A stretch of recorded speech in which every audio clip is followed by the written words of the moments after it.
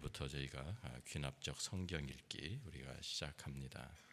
이 차례를 보시면 7권에 또 7번에 걸쳐서 저희들이 성경을 이제 어떻게 읽을 것인가 이 방법론인데요.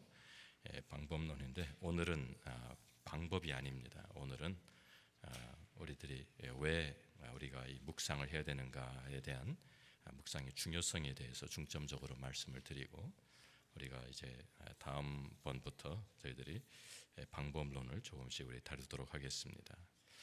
그래서 우리가 이 첫 번째가 이제 QT를 아십니까?라는 제목입니다. QT를 아십니까? ET가 아니라 QT입니다. QT. ET가 뭔지 아세요 혹시? ET는 뭐예요? ET 하지만 ET가 무슨 약자인지 혹시 아십니까? 상당히 사실 좀 어려운 단어죠. 영어 단어에서도 ET라는 단어가 어려우니까 그냥 약자로 쓰는 것 같습니다. Extraterrestrial이라 해가지고 이 지구 밖의 것이다. 그래서 외계인을 그렇게 가리키죠. 그런데 우리가 QT는 영어로 Quiet Time입니다. Quiet Time의 약자죠. 말 그대로 조용한 시간. 분주하고 우리가 정신없이 지나가는 하루의 일과 가운데서 모든 것을 잠깐 우리가 멈추고 조용한 시간을 갖는 것인데요. 그러니까 낮잠 자는 시간이 아니라 그렇게 조용한 시간을 갖는 것이 아니라 혼자만 조용한 시간을 갖는 것이 아니라 그 시간을 우리가 영적으로 하나님을 만나고 하나님과 대화하고 하나님과 교제하는 그 시간을 우리가 조용한 시간, quiet time이다라고 우리가 말합니다. 그래서 어떤 사람들은 이 시간을 경건의 시간이다라고도 그렇게 부르죠. 그런데 사실은 QT를 좀 다르게 우리가 해석을 할 수도 있습니다. QT를 quiet time 대신에 보다는 quality time이라고 우리가 하면 좋을 것 같아요. quality time, 그냥 quiet time 하니까 아무것도 안 하고 그냥 조용하게만 있으면 되는 그런 게 아니라 quality time을 가져야 된다 이것이죠. quiet time이 quality time이 되어야 됩니다. 의미 있는 시간이 되어야 된다 그 말입니다. 우리가 아이들을 우리가 키우면서 우리가 든든한 가정, 아름다운 가정을 우리가 세우기 위해서 부부 사이에 또 부모와 자녀들과 함께 의미 있는 시간을 보내는 것이 상당히 중요합니다. 그래서 참 예를 들면 아이들하고 대화하는 걸 한번 생각해 보세요.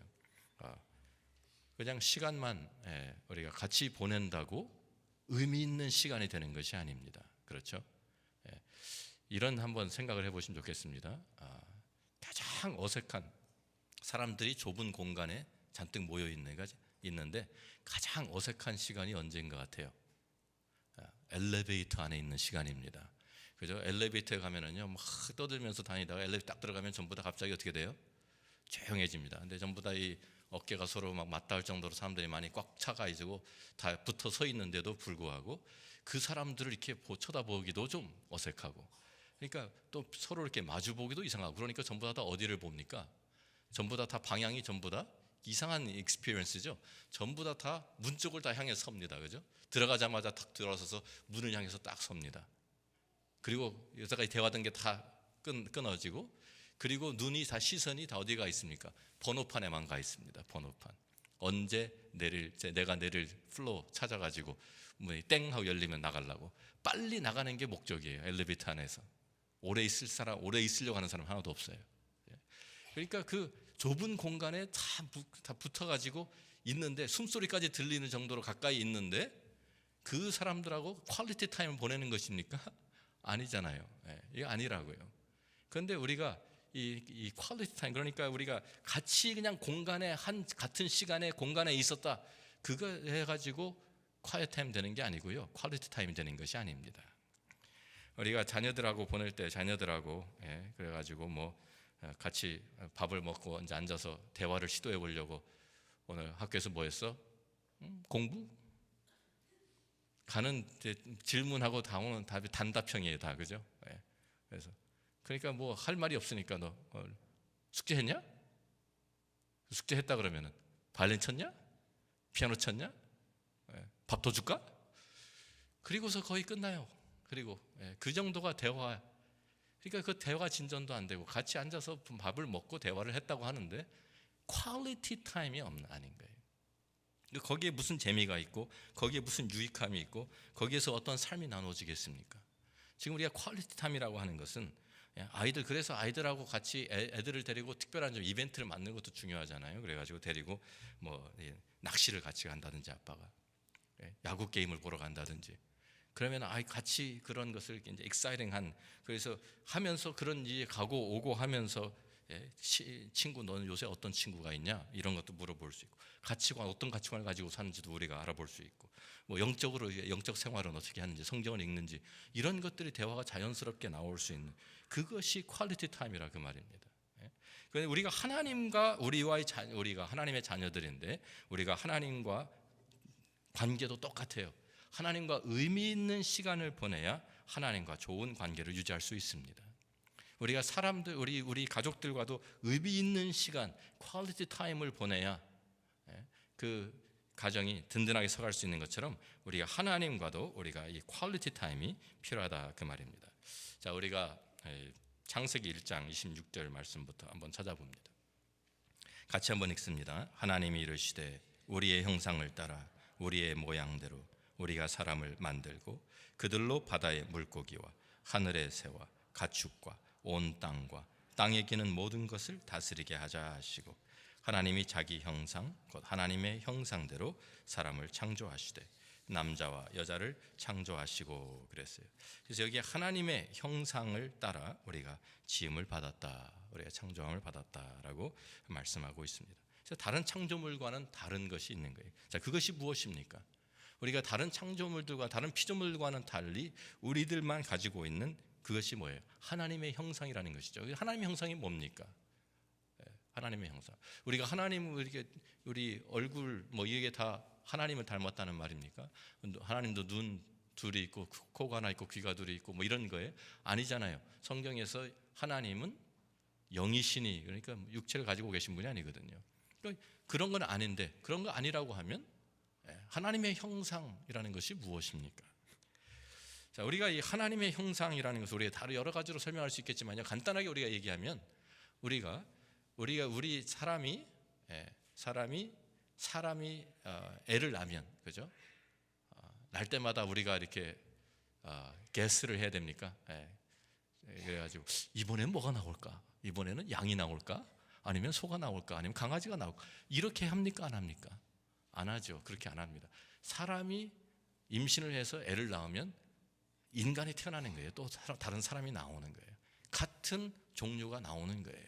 그래서 같은 종류끼리는 통하는 게 있습니다. 그죠? 그래서 사람과 사람이 통해요. 그 통하는 것, 같이 쉐어하는 게 있단 말이죠. 그거에 우리가 하나님의 형상대로 지음을 받았다는 것도 그 얘기입니다. 우리가 하나님께만 있는 것도 우리에게 있다. 그것이 뭡니까? 영입니다. 영. 우리가 영적인 존재로 지음을 받았다 그 말입니다. 그래서 하나님과 교통할 수 있고 하나님과 교제가 가능하도록 하나님께서 처음부터 우리를 지어주셨다. 그래서 하나님과 교통이 가능해요. 하나님과 대화할 수 있어요. 하나님과 우리가 참 교제를 할 수 있고 하나님과 같이 우리들이 살아갈 수 있도록 하나님께서 우리들을 하나님의 형상, 영적인 존재로 우리를 만들어 주셨다 그것입니다. 그런데 사람이 하나님을 배반하죠. 하나님 배반하고 범죄를 하고 하나님으로부터 등을 돌립니다. 그런데 하나님이 어떻게 하십니까? 하나님은 사람을 버리질 않습니다. 하나님께서 그래도 아담을 찾아오십니다. 우리가 잘 아는 창세기 3장 9절 말씀 보면 여호와 하나님이 아담을 부르시며 그에게 이르시되 내가 어디 있느냐 그 물으십니다. 이건 범죄한 이후에요. 지금 선악과를 다 따먹고 숨어 있는 상황에서 하나님이 그를 찾아오셔서 아담아 내가 어디 있느냐라고 부르십니다. 우리들이 참 우리가 죄를 지었고 우리가 죄인이 되어서 하나님의 참 그 존재를 떠났다 할지라도 하나님께서는 우리를 포기하지 아니하시고 끝까지 우리를 찾아오시고 우리를 참 지금도 우리를 이름을 부르시면서 우리와 사랑의 교제를 계속하기를 원하십니다. 바로 그것이 성경 전체의 사실 성경의 이야기입니다. 성경의 큰 주제가 바로 그것이죠. 그래서 이 우리가 죄인 되어서 하나님을 떠난 우리들을 찾아오신 그 하나님의 사랑이 이제 여기 성경에 기록되어 있고요. 그래서 우리가 그 하나님의 사랑을 깨닫고 그리스도의 세속을 우리가 믿어서 하나님의 자녀가 된 사람이라고 하면 당연히 하나님과 새롭게 이루어진 이 관계가 날마다 더 새로워질 수 있기를, 또 깊어질 수 있기를 갈망하는 것이 당연한 것입니다. 하나님께서는 어떤 우리에게 의식을, 어떠한 무슨 종교 의식을 요구하시는 것이 아닙니다.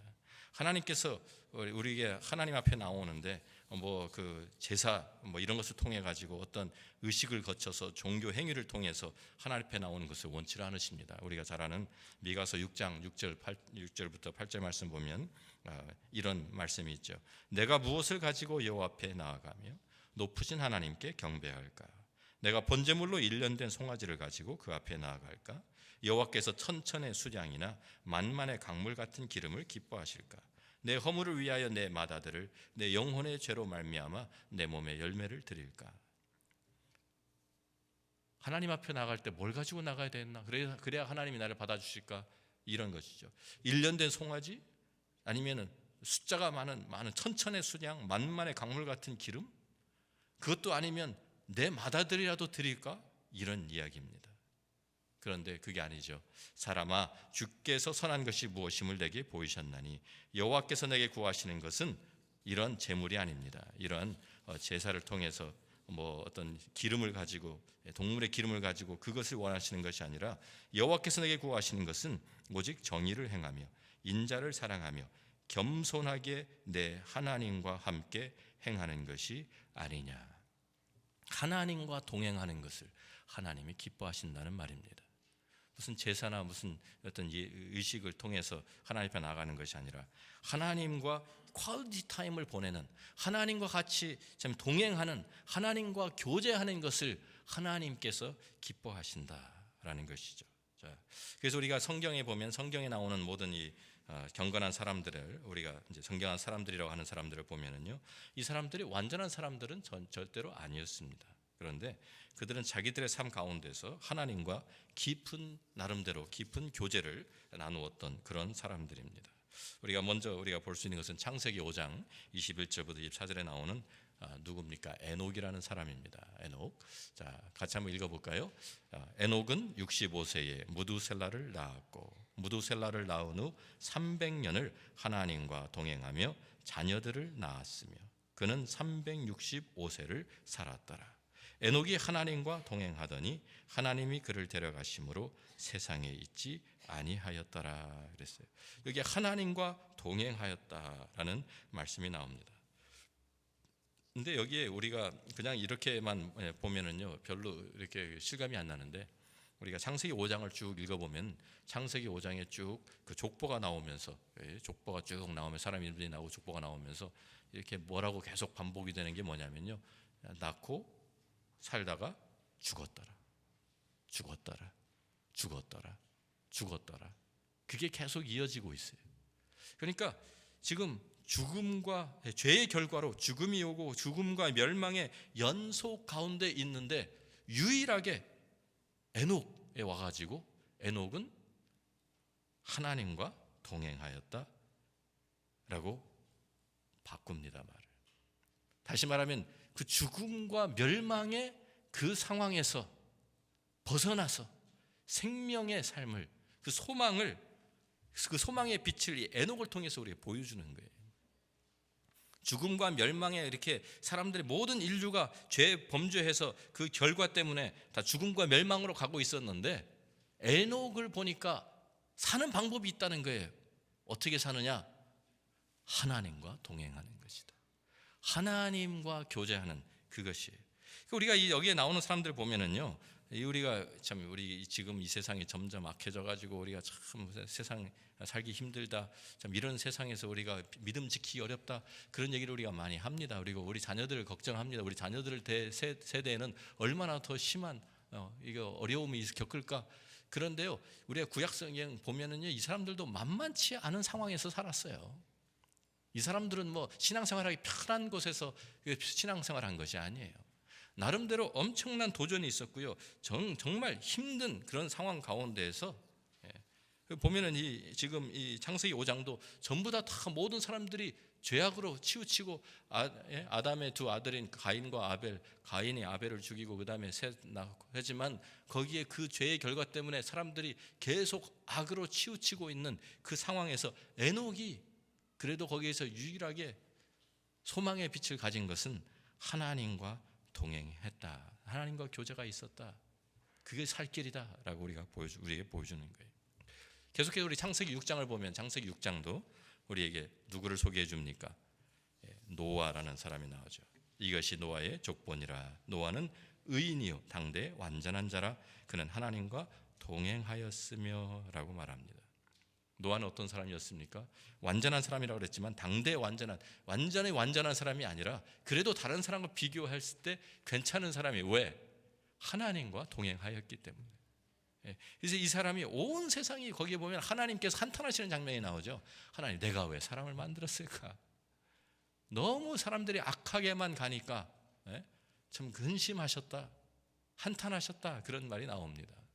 그래가지고 그래도 그 가운데 소망이 있는 것은, 그래도 살 수 있는 것은 노아라는 사람이 하나님과 동행하였다라는 것입니다. 그래서 참 120년 동안 우리가 아는 대로 120년 동안 무엇을 합니까? 하나님 명령을 받아가지고 방주를 짓습니다. 방주를 지으면서 이 사람들에게 계속 이야기를 합니다. 이제 홍수가 온다. 이 산 위에다가 지금 진짜 산 위에서 졌는지 모르겠어요. 아라라 산 위에 이렇게 걸렸다고 하니까 우리가 자꾸만 처음에 질 때부터 산을 지었을 것이다. 근데 꼭 그런 말은 없잖아요, 성경에. 그런데 이 노아의 그 설교를 계속 들으면서도 사람들이 아무도 반응을 안 보여요. 그만큼 악했어요, 세상이. 유일하게 방주에 들어간 사람들이 누굽니까? 노아와 그 식구 8명. 그게 다예요. 그 세계 모든 사람들 아무도 노아의 말 듣지 않고 노아의 방주에 들어오질 않았어요. 하나님과 동행한 노아만 유일하게 그 세상에서 그래도 하나님과 동행하면서 살아남을 수 있었다, 그 말입니다.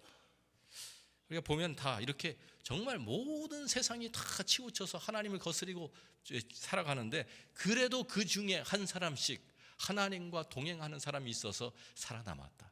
지금 성경이 우리에게 보여주는 거예요. 창세기 12장을 가면 우리가 잘 아는 아브라함이 나옵니다.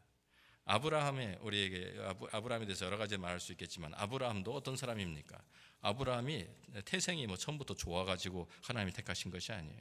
우리가 여호수아 24장을 보면 강 건너 유브라데 강 건너편에 있을 때 그 아비들이 다 그 조상들이 뭘 섬겼어요? 우상을 섬기는 집에서 태어났어요. 그랬는데 그 우상을 섬기는 거기에서 하나님이 불러내셨는데 어디로 부르십니까? 가나안 땅으로 부르십니다. 가나안 땅은 어떤 땅입니까? 거기는 우상 숭배가 없어요. 그래서 신앙생활하기 좋은 대로 하나님이 인도하신 거예요? 아니에요. 사실은 더 심해요. 가나안 땅이 가장 그때 타락한 지역이었어요. 우상 숭배로 자기 애들까지 막 태워서 하는 이러한 그 가나안 그런 일이 있었잖아요. 그러니까 하나님, 우리가 믿기 좋은 가나안 땅, 약속의 땅, 거기 가면은 신앙생활 잘할 그게 아니었어요. 자식도 없고 소망도 없는 아브라함 부르셔서 여기에 보내셨는데 그 아브라함이 다른 사람들과 다른 것이 무엇입니까? 하나님의 이름을 불렀다. 여호와 이름을 불렀다. 예배하고 하나님과 동행했다는 말이죠. 여호와께서 아브라함에 나타나 이르시되 내가 이 땅을 내 자손에게 주리라 하신지라. 자기에게 나타나신 여호와께 그가 그곳에서 제단을 쌓고 거기서 베델 동쪽 산으로 옮겨 장막을 치니 서쪽은 베델이요 동쪽은 아이라. 그가 그곳에서 여호와께 제단을 쌓고 여호와의 이름을 부르더니 점점 남방으로 옮겨갔더라 그럽니다. 여기에서 지금 아브라함이 다른 사람과 다른 면이 있다고 하면, 다른 것이 있다고 하면 다른 게 하나도 없어요. 더 사람들보다 잘난 것도 아니고 똑똑한 것도 아닌데 하나님과 동행한 거예요.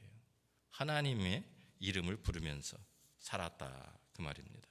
우리가 보면은 참 계속해서 13장에서도 보면 3절 4절에도 그가 네게브에서부터 길을 떠나 베델에 이르며 베델과 아이 사이 곧 전에 장막 쳤던 곳에 이르니 그가 처음으로 제단을 쌓은 곳이라. 그가 거기서 여호와 이름을 불렀더라. 장막을 옮길 때마다 제단을 쌓고 거기에서 하나님의 여호와 이름을 불렀다라는 기록이 나옵니다. 우리가 13장 18절에도 이에 아브라함이 장막을 옮겨 헤브론에 있는 마므레 상수리 숲에 이르러 거주하며 거기서 여호와를 위하여 제단을 쌓았더라. 이 말이 없는 것은 유일하게 언제입니까? 아브라함이 애굽 땅에 들어가 있을 때 이 말이 없어요. 다시 가나안 땅에 돌아와서 다시 하나님을 찾는 것을 우리가 봅니다. 자, 우리가 아브라함 그 하나님과 동행하는 사람이었기 때문에 하나님께서 그를 통해서 하나님의 놀라운 계획들을 펼쳐 가시죠.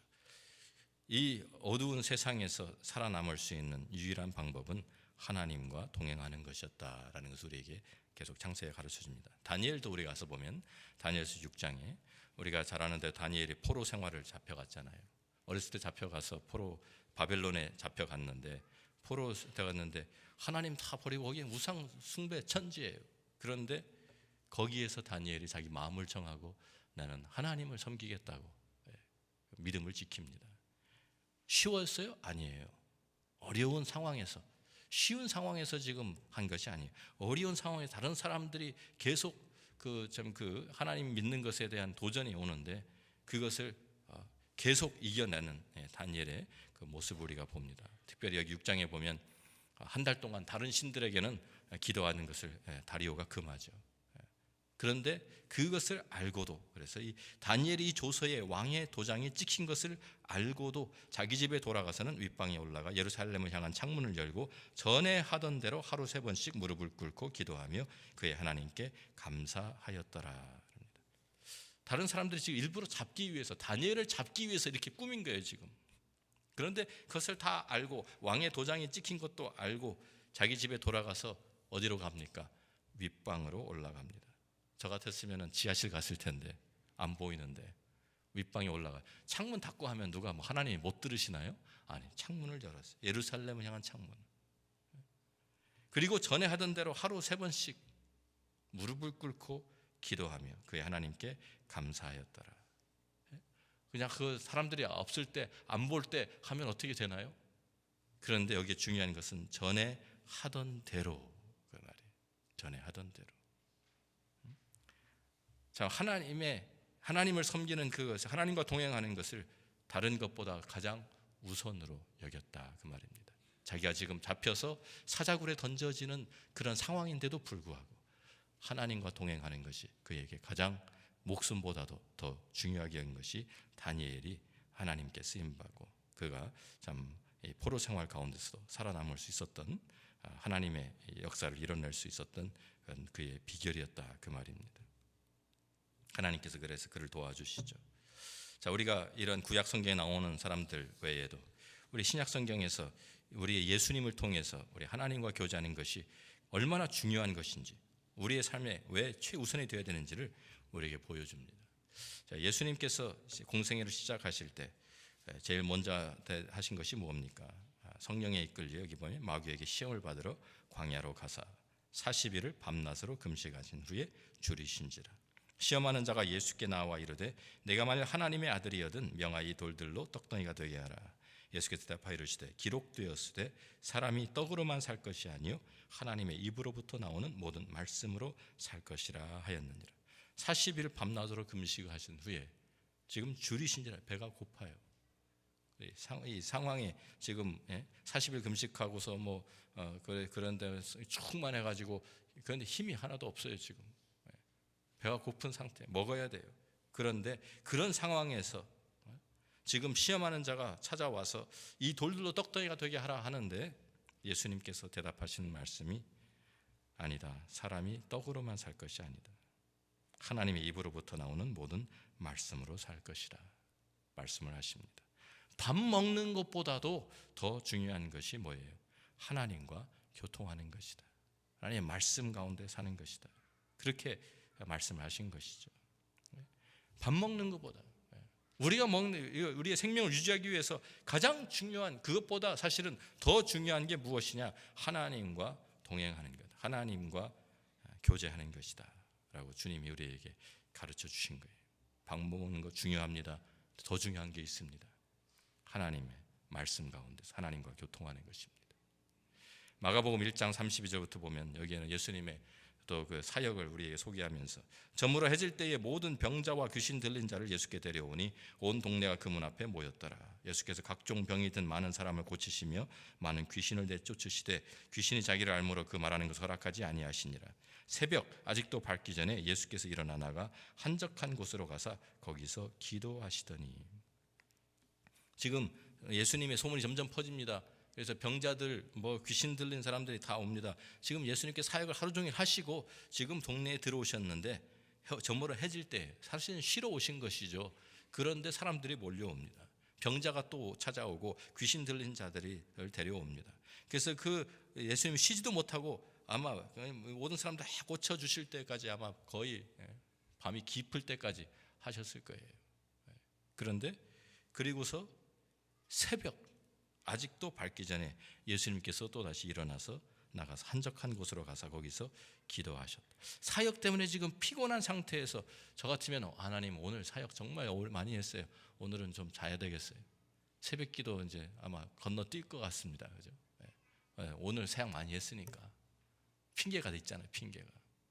다른 거 하다가도 아니고 놀다가도 아니고 사역하다가 지금 피곤해서 내일 좀 하루 쉬겠다고 새벽 기도 쉬겠다고 하는 우리가 얼마든지 이해할 수 있잖아요. 이해하시죠, 여러분? 혹시 제가 그렇게 못 나와도.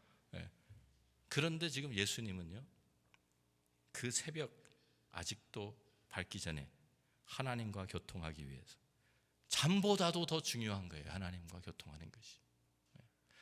예수님께는 밥 먹는 것보다도 하나님과 교통하는 것이 더 중요했고 잠자는 것보다도 예수님께서는 이게 더 중요했어요. 마태복음 14장 23절 말씀도 같습니다. 거기서 5,000명을 먹이신 후에 하루 종일 말씀 가르치고 사역하시고 병 고쳐주시고 그리고 무리를 다 보낸 후에 뭐 하십니까?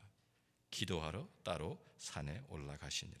저물매 거기 혼자 계시더니 혼자 하나님과 퀄리티 타임을 보내. 그것이 사실은 사역의 원천이었단 말이에요. 사역의 힘의 원천이 거기서 나왔다는 것이 하나님과 동행하면서 하나님과 교제하면서 하루 종일 사역하셨는데 피곤하신데도 하나님과 끊임없이 교제가 이어지는 주님의 그 모습을 우리가 봅니다. 마지막으로 우리가 누가복음 22장에 보면 예수님께서 마지막 밤이 잡히시면 밤에 겟세마네 동산에 가서 기도하시는 내용이죠. 예수께서 나가사 습관을 따라 감람산에 가시며 제자들도 따라갔더니 그곳에 이르러 그들에게 이르시되 유혹에 빠지지 않게 기도하라 하시고 그들을 떠나 돌 던질 만큼 가서 무릎을 꿇고 기도하여 이르시되 아버지여 만일 아버지의 뜻이거든 이 잔을 내게서 옮기시옵소서. 그러나 내 원대로 마시옵고 아버지의 원대로 되기를 원하나이다 하시니 천사가 하늘로부터 예수께 나타나 힘을 더하더라. 예수께서 힘쓰고 애써 더욱 간절히 기도하시니 땀이 땅에 떨어지는 핏방울같이 되더라. 기도 후에 일어나 제자들에게 가서 슬픔으로 인하여 잠든 것을 보시고 이르시되 어찌하여 자느냐 시험에 들지 않게 일어나 기도하라 하시니라. 지금 여기에서 중요한 것은요, 처음에 예수께서 나가사 습관을 따라라는 말입니다. 겟세마네 동산의 기도가 그냥 그 마지막 지금 주님께서 이 십자가에 달릴 걸 아시고 마지막 이 감람산에 가서 내가 특별히 기도해야 되겠다 이렇게 하신 것이 아니에요. 습관을 따라 평상시에도 계속 이렇게 기도하셨다는 말입니다. 끊임없는 하나님과의 교제가, 그러니까 이 가룟 유다가 어디에서 예수님을 찾을지 알고 있었던 것이죠. 분명히 감람산에 가서 기도하고 계실 거야. 거기 가면 예수님 있지. 찾아오는 거예요. 습관을 따라 하나님 앞에 참 그 끊임없이 하나님과 교제를 이어간 예수님이 우리의 어떻게 보면 제일 좋은 모델이 되겠습니다. 자, 우리가 이 교제를 다시 돌아가서 보면 7번에 우리가 이 어떠한 관계에서도 그 관계가 더 발전하고 교제가 깊어지기 위해서는 5가지 요소가 있어야 합니다. 5가지 요소가 필요하다고 합니다.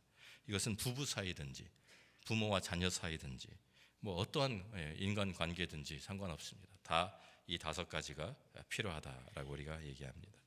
하나님과의 관계에서도 마찬가지입니다. 자, 우리가 제일 먼저 관계가 깊어지기 위해서, 발전하기 위해서 무엇이 필요합니까? 시간입니다. 타임. 시간을 투자하지 않으면은요, 절대로 관계가 깊어질 수가 없습니다. 서로 깊이 알기 위해서는 같이 시간을 보내야 돼요. 같이 시간을 보내야 이 사람이 뭘 좋아하는지, 뭘 싫어하는지, 이 사람 성격은 어떤지, 성격이 급한지 느긋한지 이런 거를 시간을 가지고 같이 사귀어 보면서 알 수 있는 거예요. 그러니까 만나자마자 결혼하는 사람 있습니까? 없습니까? 가면 첫눈에 반해서 결혼했다 그런 것도 있지만은요. 그런데 사실은 결혼 중요한 거잖아요. 그러니까 이 사람이 어떤 사람인지 알아보고 결정을 하잖아요. 알아야 시간이 필요한 거예요. 그래서 이 시간을 같이 보내지 못하면 이 long distance relationship 그래서 어렵다는 이유가 그겁니다. 같이 있는 시간을 보내지 않으면 같이 시간을 보내지 않으면 그 관계가 발전이 안 돼요. 그 관계가 더 깊어질 수가 없습니다. 우리가 10년, 20년을 같이 한 교회 다니면서도요. 계속 그냥 주일날 만나서 안녕하세요, 안녕하세요 인사만 하고 약수 한번 하고 이거는 그냥 뭐라고 하죠? 어커엔턴스라고 하죠. 그냥 저 사람 알고 내가 알아. 얼굴도 알고 이름도 알고 그 사람이 뭐 하는지도 알고 다 아는데 10년 그렇게 해보세요. 관계가 깊어집니까? 아닙니까? 그냥 그 수준에 머무는 거예요. 그 수준에서 절대로 깊어지지 않습니다. 같이 부딪히고 같이 일을 해보고 이래야지 관계가 생기고 깊어지는 것이지 시간 안 보내고 그냥 한 번씩 스치면서 지나가면서 절대로 우리가 관계가 깊어질 수가 없어요. 정말 이 관계가 중요한 관계라고 하면 거기다가 시간을 투자해야 돼요. 시간을 보내야 합니다. 같이 시간 보내야 돼요. 그러니까 이 부부 사이도 마찬가지고 자녀들과도 마찬가지고 하나님과도 마찬가지입니다. 두 번째 필요한 것이 대화입니다. 커뮤니케이션. 우리가 서로 생각을 주고받는 것이죠. 우리가 이 듣기도 그 사람 하는 거 듣고 우리가 근데 항상 듣기는 잘 안 하고 말하기만 좋아하죠. 상대방 무슨 얘기하는 듣지 않고 뭐 말하려고만 하는 때가 많습니다. 그런데 우리가 이 서로 그래서 이 생각을 주고받으면서 이 사람이 이런 생각을 가지고 있구나, 이런 가치관을 가지고 있구나, 이런 인격을 가지고 있구나. 이것이 우리가 생각을 대화하면서 삶을 우리가 나누는 거예요. 그게 커뮤니케이션이에요. 그냥 뭐 정보만 서로 주고받고 뭐 그게 아니에요 지금. 정보만 서로 주고받는 그게 아니라 우리의 삶을 나누는 것이 진정한 커뮤니케이션이라 그 말입니다. 우리 부부 사이에 가장 위험한 부부가 어떤 부부인지 아십니까? 커뮤니케이션이 단절된 부부가 가장 지금 가장 위험한 단계에 와 있는 관계입니다. 차라리 싸우는 게 낫습니다. 어떤 분들은 그냥 딱 말 안 하고 지나가는 사람들 있죠. 그거는 진짜 안 좋은 거예요. 제일 안 좋은 거예요. 그거는 이미 고칠 수가 없는 거예요. 어떤 의미에서 대화가 이루어져야 됩니다. 커뮤니케이션이 있어야 돼요. 싸우는 건 그래서 차라리 난 거예요. 대화가 단절되는 것보다 싸울 때는 아직도 그래도 커뮤니케이션이 되고 있다는 얘기니까. 그렇죠? 그래서 우리가 이 커뮤니케이션 이게 꼭 시간만 뭐 같이 시간 보낸다고 멀뚱멀뚱 그냥 이렇게 서로 얼굴만 쳐다보고 있으면 안 되는 것이죠. 같이 삶을 나누는 것이 필요하다는 것이고요. 자, 그다음에 더 깊어지기 위해서는 상황, 우리가 여러 다른 상황 속에서 우리가 함께 그것을 경험하는 것이 중요합니다. circumstances라고 하는 것이 여러 가지 다른 어떤 사람을요 한 상황에서만 계속 보면은 우리가 오해할 수 있어요. 여러분들 우리가 다 주일날 옷 잘 차려 입고 저 넥타이 딱 매고 맨날 이렇게 오니까 제가요 가끔가다 청바지 입고 나가면 사람들이 저 못 알아봐요. 다른 상황에서 저 사람 어디서 본 것 같은데 근데 잘 몰라요. 왜? 맨날 저를 이렇게 강단에서 넥타이 매고 설교하는 것만 보다가 밖에서 청바지 입고 모자 쓰고 다니면은요 몰라보는 거예요. 그냥 지나치면서도 우리가 여러 상황 다른 상황에서 우리가 봐야 합니다. 우리가 이 교회에서 맨날 참 보면은 맨날 정말 좋은 크리스천 같이 보이죠. 진짜 어떻게 어떤 이 사람이 정말 좋은 크리스천인지 어디에서 가야 알려면요 그 사람 장사하는 데 가봐야 돼요. 장사하는 데 가면은 막 싸우고 막 거의 안 깎아주려고 막 싸우고 뭐 이러는 모습 그런 데서 드러나는 거예요. 사실은 실제로 모습이 여기에는 다 경건하죠. 여기 와서 다 예배 잘 드리죠. 찬송 잘하고 정말 기도 열심히 하고 여기에서 이 상황에서 보이는 모습이 진짜 모습이 아니잖아요. 근데 우리의 모습이 진짜 모습은 우리의 삶 속에서 그게 진짜 모습이죠. 그러니까 그래야 사람을 깊이 알게 되는 거예요. 좋은 상황, 어려운 상황, 정말 힘든 상황 그런 상황에서 이 사람이 이걸 어떻게 대처하는 것을 보면서 그 사람의 진면목이 드러나는 거죠. 그래서 우리가 같이 그러면서 같은 circumstance, 같은 상황 속에 들어가서 그것을 같이 경험할 때 공감대가 생깁니다. 그래서 우리가 군인들이 왜 이 끈끈한 전우애가 있는 거예요. 같이 전쟁을 치르니까 같이 훈련 받았고 제가 가장 사람들하고 대화할 때 제가 낄 수 없는 대화가 하나 있는데요. 군대 간 얘기. 제가 군대를 안 갔거든요. 미국에 살았으니까 군대 갔다 온 얘기하면서 군대에서 뭐 그냥 전부 다 뭐 근데 비슷한 경험들을 하잖아요. 힘들고 어렵고 훈련 받을 때 뭐 배고픈 얘기 뭐 이런 얘기 다 하는데 저는 낄 자리가 없어요. 그런데 그죠? 그런데 그 어려운 상황을 같이 겪었기 때문에 그것을 다 아는 거예요. 서로 공감하는 거예요. 서로 통하는 게 있는 거예요. 그러면서 더 깊어지는 거예요. 가까워지는 거예요. 우리가 선교 갔다 와도 마찬가지입니다. 우리가 단기 선교를 갔다 오면 아니면 아이들 뭐 리트릿 갔다 오면 수양에 갔다 오면 여기에서 저기 맨날 이 똑같은 상황에 있다가 다른 상황에 가가지고 거기에서 아이들이 더 깊이 알 수 있게 돼요. 그래서 좋은 친구가 돼서 돌아올 때가 많아요. 며칠밖에 안 되는데 사흘, 나흘 갔다 왔는데 아이들이 거기에서 아주 깊은 관계가 생겨납니다. 그래서 그게 중요한 거예요. 그런 것이.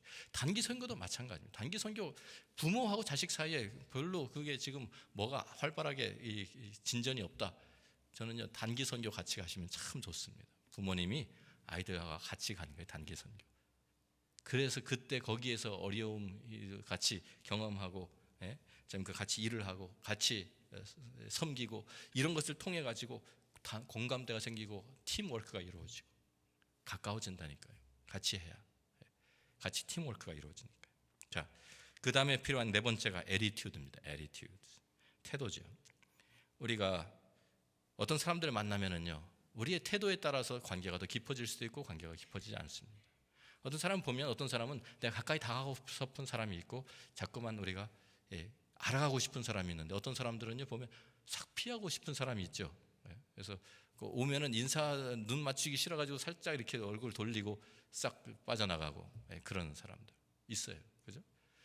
우리가 이 attitude, 우리가 이 관계가 다가가지 않으면, 좋은 마음을 열고 다가가지 않으면 절대로 관계가 좋은 관계가 형성이 될 수가 없습니다. 중요하다고 생각하고 이 사람은 내가 사귈 만하다. 이 사람은 내가 알아가면서 내가 같이 좀 내가 교제를 나눠야 되겠다. 관심이 없으면요 관계가 절대로 거기에 투자를 하지 않기 때문에 관계가 깊어지질 않습니다. 그래서 우리가 이 사람도 그런데 하나님도 마찬가지예요. 하나님 앞에 하나님을 내가 더 알아가고 싶고 하나님을 향해서 나의 그 태도가 나의 애티튜드가 하나님을 내가 정말 중요하게 하나님이 나의 삶 속에 중요한 분이라고 여기면 그분과 더 깊은 관계를 가지려고 우리가 투자하겠죠. 마지막으로 다섯 번째가 objectives, 목적입니다. 같은 목적을 가지고 만나야 교제가 깊어집니다. 방향이 같기 때문이죠. 같은 것을 우리가 추구하기 때문이죠. 목적이 없으면 오래 가지를 못하면 만났는데 같이 만나가지고 우리 뭐 할까 하는데 같이 할 게 없으면은요 그 관계 오래 유지하기 힘듭니다. 그러니까 동아리들이 뭡니까? 같이 목적을 가지고 만나는 거예요. 등산 가자. 그럼 등산하는 사람도 모여서 등산 가고, 골프 치자. 같이 골프 치는 사람 같이 골프 치고, 그러면은 그 교제가 같이 할 수 있는 것이 있고 목적이 같고, 그러니까요. 뭐 축구를 한다든지, 뭐 아니면 뭐 여자분들 뜨개질을 한다든지, 붓글씨를 쓴다든지, 그림을 그린다든지 여러 가지 뭐 할 게 있잖아요. 목적이 같아요. 신앙생활도 마찬가지입니다. 선교를 같이 한다든지 성경 공부를 위해서 우리가 모인다든지 어떤 목적이 있는 거예요. 기도회를 한다든지 우리가 큐티 나눔을 한다든지 이런 것을 통해 가지고 우리들이 함께 모이고 그것이 그래야 거기에서 삶이 나누어지면서 깊어지는 거예요.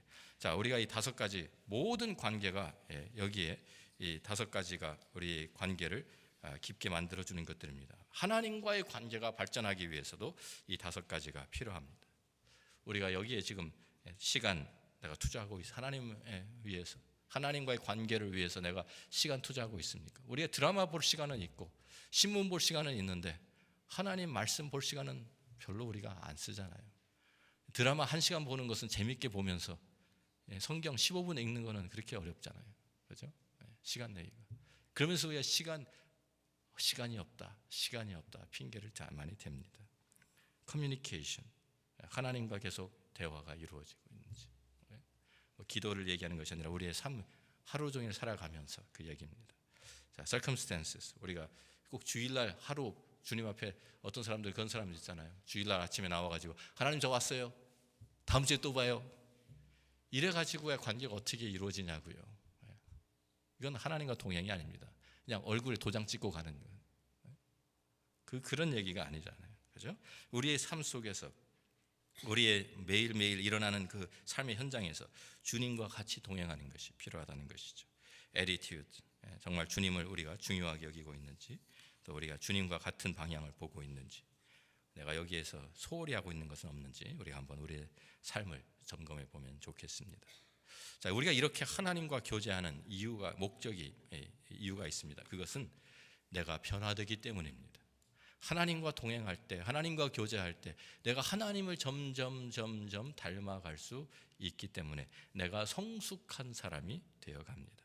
내가 성숙한 사람이 되어가면 당연히 다른 관계들도, 나하고 연결된 다른 관계들도 좋아질까요? 나빠질까요? 좋아집니다. 그것도 관계도 발전되는 것입니다. 그래서 하나님의 관계가 새로워지면 다른 사람들과의 관계도 좋아지게 되어 있습니다. 그래서 에베소 5장 또 6장의 그 내용을 우리가 정리해 보면 이것이 잘 나타나 있죠. 그래서 어디가 있지? 5장 1절 2절 말씀 보니까, 그러므로 사랑을 받는 자녀같이 너희는 하나님을 본받는 자가 되고 그리스도께서 너희를 사랑하신 것 같이 너희도 사랑 가운데서 행하라. 그는 우리를 위하여 자신을 버리사 향기로운 제물과 희생 제물로 하나님께 드리셨느니라. 그러면서 지금 에베소서 우리가 잘 아는 대로 1장, 2장, 3장은 교리에 대해서 이야기를 하고요.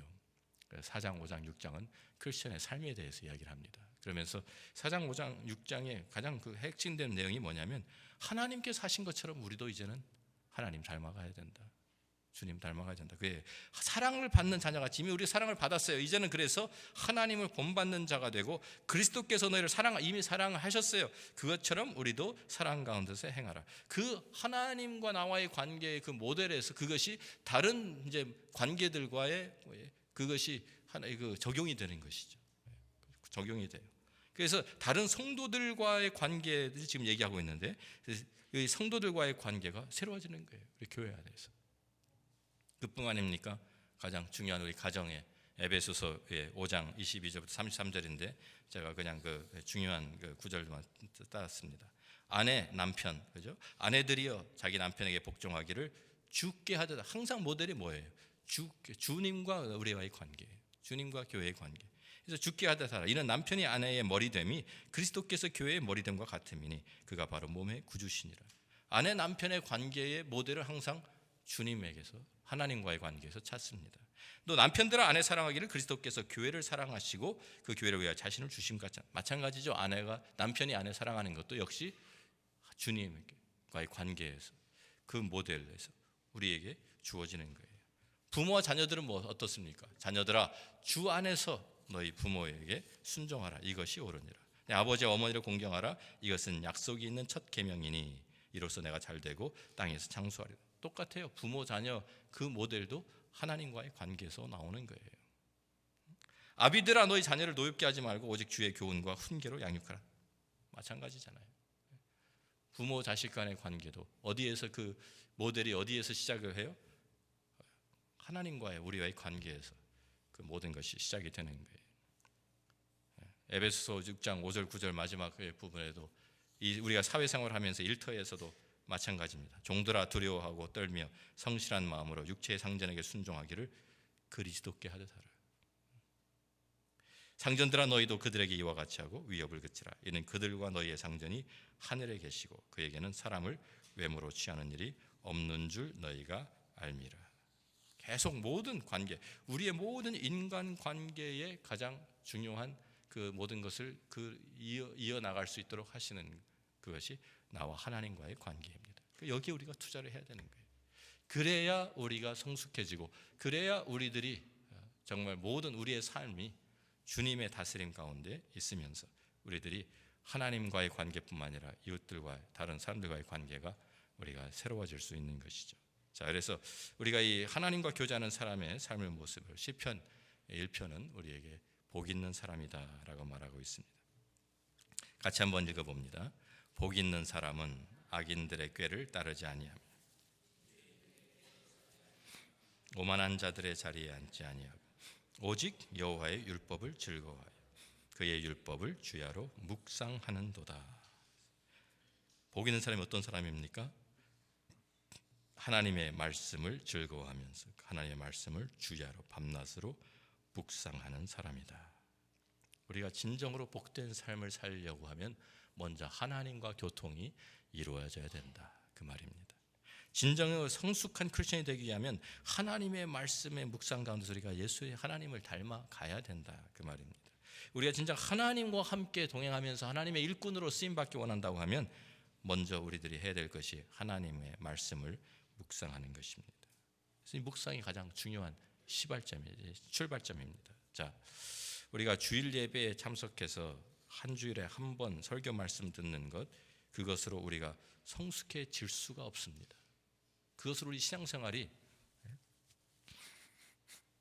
겨우겨우 명맥은 이어갈지 몰라도 성장은 없습니다. 생각을 해보세요. 일주일에 한 번, 1시간. 지난주에 무슨 설교 제가 한 설교 본문이 어딘지 생각나세요? 며칠 안 됐잖아요 지금. 그런데 생각 잘 안 나죠? 하루, 이틀, 3일 지나면요 생각 잘 안 납니다. 저 제목이 뭐였죠? 제목도 잘 생각이 안 나죠. 저도 자꾸만 잊어버리는데 뭐 여러분이 어떻게 기억을 하시겠어요? 보면은요 우리가 듣고 나서 하루 지나고 나서는요 70% 잊어버립니다. 들었을 때는 정말 그런 것 같다 그러는데 며칠 못 가는 거예요 그게. 그렇기 때문에 그러면은 겨우 하루 주일 설교 듣고 그날 뭐 그 다음 날까지 좀 유지되는 것 같아도요 나머지 5일은 그냥 세상에서 그냥 스트럭을 하다가 오는 거예요 사실. 그렇잖아요. 우리가 매일매일 하나님과 그래서 말씀을 내 스스로 묵상하고 그 말씀 가운데서 하나님과 대화하고 하나님과 생각을 나누고 하나님과 동행하는 것이 이루어지지 않으면 우리가 신앙의 성장이 없는 거예요. 10년을 예수 믿고 교회를 다니고 30년을 예수 믿어도 제가 개런티합니다. 절대로 신앙의 성숙이 없습니다. 성장 없습니다. 말씀 자기가 스스로 자기가 그렇잖아요. 아내가 뭐 어딜 갔다 그럼 내가 혼자 밥해 먹어야 되는데 밥할 줄 모르잖아요. 어떻게 해요? 맨날 라면만 끓여 먹어요 그냥. 그러면은 건강하겠습니까? 안 하겠습니까? 아니면 뭐 한 솥 끓여놓은 그 국 계속 데피면서 먹든지 뭐 방법이 누가 해줄 걸 기다리면 그런 상황이란 말이죠. 내가 스스로 요리를 할 수 있어야 돼요. 내가 스스로 밥을 지어서 내가 먹을 수 있어야 돼요. 그래야 성숙이 성장하는 거예요.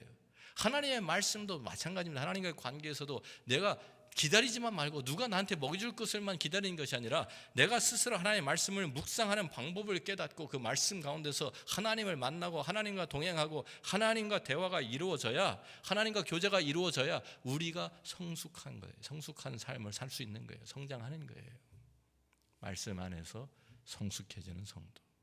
그래야 우리가 함께 또 사랑 안에서 교회도 세워갑니다. 그래서 필요한 것입니다. 일주일에 한 번 예배에 참석하고 난 성수주를 했어. 이 상황을 가지고는요 절대로 성장하는 성숙한 크리스천 될 수 없습니다. 하나님을 기쁘시게 하는 믿은 제자가 될 수 없습니다. 매일매일 나의 삶 속에 하나님의 말씀을 내가 묵상하고 그 말씀 가운데에서 우리들이 자라나야 합니다. 주님을 만나야 합니다. 주님과 교통해야 합니다. 아멘입니까? 근데 힘이 없으세요? 금식들 하시느라 그러나 왜 이렇게 힘이 없으시죠? 아멘입니까? 네, 같이 기도하겠습니다. 아버지 하나님 감사합니다. 우리가 하나님과 참 어려운 상황, 이 세상이 힘들고 어려운 상황이지만 하나님과 동행하는 삶 가운데서 승리의 비결을 얻게 하여 주옵소서. 참 우리가 볼 때 에녹도 노아도 아브라함도 다니엘도 정말 힘들고 어려운 상황 가운데 있었지만 죽음과 멸망의 죄의 그 결과 때문에 오는 그 세상에 그 많은 도전들이 있었지만 하나님과 동행하며 하나님의 말씀 가운데서 그들이 힘을 얻고 소망을 얻고 생명의 빛을 얻은 것을 저희들이 깨닫습니다. 주님, 우리의 삶 가운데서도 주님 저희들이 주님과 동행하며 하나님의 말씀을 묵상하며 그 말씀 가운데서 주님을 만나고 하나님과 동행하는 그 삶 가운데서 저희들이 우리가 이 세상을 승리하는 하나님의 능력을 공급받게 하여 주옵소서. 생명을 공급받게 하여 주옵소서. 예수님 귀하신 이름으로 기도합니다. 아멘.